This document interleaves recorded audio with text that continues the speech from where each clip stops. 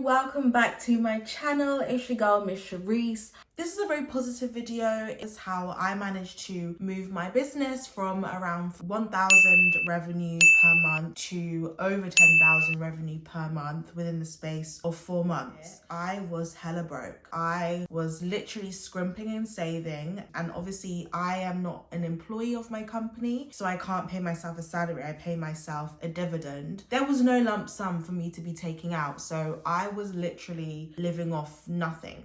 And I want to be able to share my knowledge with whoever wants to start, particularly a cleaning company. These 6 steps is just how I managed to become a boss, a 6-figure boss. Hello. First thing that I did to push my business revenue, just do the work. Get off your ass and do the work.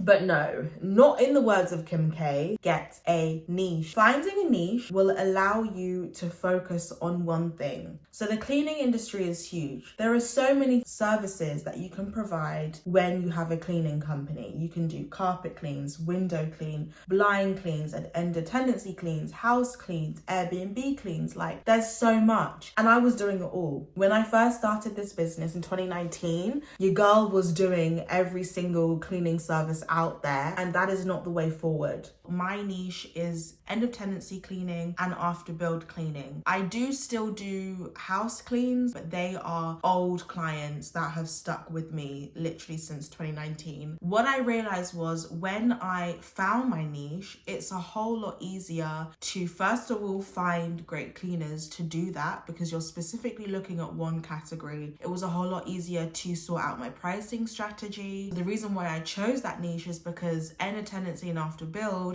pull in a really high cost. That actually moves into my next point. How do you price? Because obviously the price is what will give you a great revenue. So I don't charge by the hour. I charge as a package, depending on how many bedrooms and bathrooms are in your house or your flat. And then anything extra I will add on. Overall, England have very standardized sizes of properties. Unless you have like a seriously huge home, then I will charge an extra for a larger square meter. The percentage that you should take is between 20 and 30%. That is your profit margin. Anything below 20% is not a great profit margin, and anything above 30% is a great profit margin, and you might be taking a bit too much. It obviously varies depending on the customer. Because I package price, I then pay the cleaner like a lump sum as well, like a package, depending on how many bedrooms and bathrooms that they're cleaning. You have to find great cleaners. One of the main ways I found cleaners was on an app called Nextdoor. So Nextdoor is a localized app. You can go on and you can search for different services, whatever it may be in your area. In London, Nextdoor have like a very big presence, so it really just worked to my advantage, and the app is free. So I uploaded tons of end of tenancy after build job postings, and I got cleaners via that route. Another route to find great cleaners is to also use Facebook. So Facebook have tons of cleaning groups. You can even specify your location. I specified cleaning groups in London, and then I added all of them, and then I would put up job postings. Another one that I used is Indeed. Indeed was a bit more difficult. Cleaners don't really tend to be on Indeed, but I did find a great cleaning team on there. I also utilized Gumtree as well. Gumtree wasn't as successful as Indeed and Nextdoor and Facebook, but it still brought in some type of interest. So depending on your location and where you are, I also think the platforms will kind of vary. So the next step would be to onboard your cleaners, onboarding them into your system, your processes. This process is very crucial to your revenue. If you have a great team under your belt, then you can send them off to jobs and be confident that they're going to do a great job. You can get repeat customers, you can get referral customers. I will first have a phone call with them, because sometimes a lot of cleaners that are in London London can't always speak English very well. I do not object as long as you can communicate and have a sufficient conversation with the client. On that phone call, I'll go through a list of checkpoints. So how long they've been a cleaner, are they legal to work in the UK, the job role, any equipment and materials that they will need, how the pay works, how the tax works,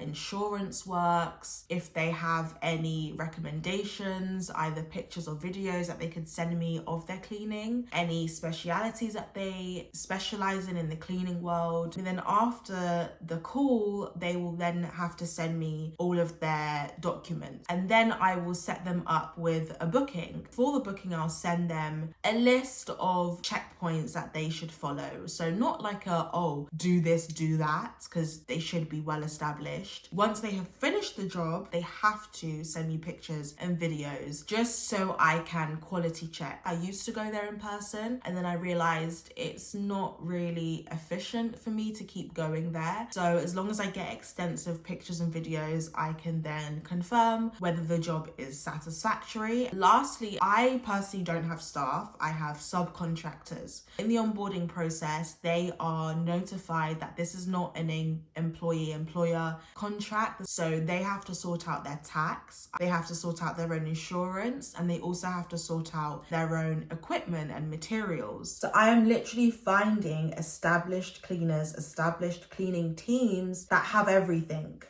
necessary for an end of tenancy clean. Establishing these relationships is crucial. They are the ones that are doing the work for you, and ensure that they are getting paid for their work. They're getting paid on time, competitive pay. Any benefits that you can provide is also great. At Christmas time, I sent them a bonus. Obviously, they are not direct employees, so you are not obliged to do any of this. Also, honor any sickness. If they're away, for example, one of my subcontractors has been off for about a month, there's no sick pay, so I sent her a little something. Another thing that I will try and do is pay every 2 weeks, or if there's any speciality services that they are great at, I will try and push for that. For example, I had one cleaning team wanted to start doing carpet cleans. Then from my contracts, I ensured that I was getting more upholstery and carpet cleaning. How do you get clients when you're a cleaning business? Where do you start? So this is probably the main thing in trying to push my revenue. So before, I was utilizing social media platforms. Facebook, I was trying to do Google ads with my website. Even on Nextdoor, you can also find clients that way. Cold emails, cold calling, estate agents, property let companies or Airbnb management companies. And it wasn't working. At the time, I was subcontracting cleaners. I thought, wait, I can also do the same with my business. I can be a subcontractor of maybe a larger cleaning company. So that's exactly what I started to focus on. I found 2 very profitable companies. So I found who I needed to contact via LinkedIn. And then from there, that's when the process just kind of starts rolling. They reached out to me, we set up a call, everything seemed to be okay. Like they made sure that I was actually a legitimate business. So how it works is they send me bookings. I assume that they must take their own cut. I then send them to my cleaners, and then I take a cut. I'm kind of like the middleman, and then it's the cleaners. When I realized, oh my gosh, Sharice, you are going to be in the money. This cleaning company that I reached out to, they're very profitable in London. They have tons of ads. They must have serious funding. I then don't have to focus on trying to get bookings because they get me the bookings. Right. And last but not least, to pushing my business revenue is automation. Is literally like the cherry on the top for your business, in the sense of creating a clear process for every step in your business. How do you schedule your cleaners with the bookings? How do you onboard? How do you sort out the payment process? It all has to be very, very simple and doable for you. With my payment process, it's every 2 weeks. I will do the pay myself. So it's just twice a month. For me, that's really simple. So ZenMaid is a great scheduling platform where you can put all of your cleaners in. I think they can pick what jobs that they want to do or not. Another automation process is your whole finances. Like, this is a whole category within itself that can take up so much of your time. So I use Free Agent. This platform is connected to my business bank account and my business savings account. Every transaction that I do via my business, Free Agent records it and they categorize it depending on what it is. It allows for your accountant to then go into this and to go through everything, make sure everything is correct, because before your girl was using Excel and literally manually inputting every single transaction. It was a mess. There is Xero that you can use, and there's also QuickBooks. They're the main three that I've heard of. That is it, guys. That is how I managed to scale my business. Obviously, it might look different for everyone else. Within yourself, you need to stay consistent. Hello, I'm speaking to you. Without consistency, nothing will ever come to fruition. Even if you think you're failing, like I was at a loss, I was stuck. This was my only income. I thought, you know what, Sharice, just go back into employment. Get off your ass. Stop trying to push this shitty little business. I had a serious talk with myself and with my friends and family, and they just told me, just go for it. I even got a mentor. I got like a business coach. He was great. At that moment in time, I needed a mentor. Being like a solo founder, you need to have self-motivation. And if you don't have self-motivation, then you need to have some type of accountability that is going to make you get up every day off your ass and be consistent. One great thing about having a business is there's no limits. You can be earning £1 a month, but you can also be earning £10,000 a month. And that's what I kept having to tell myself. I'm not going to be stuck at this limit forever. Thank you so much for watching my YouTube channel. Thank you so much for being here with me after all of these months, guys.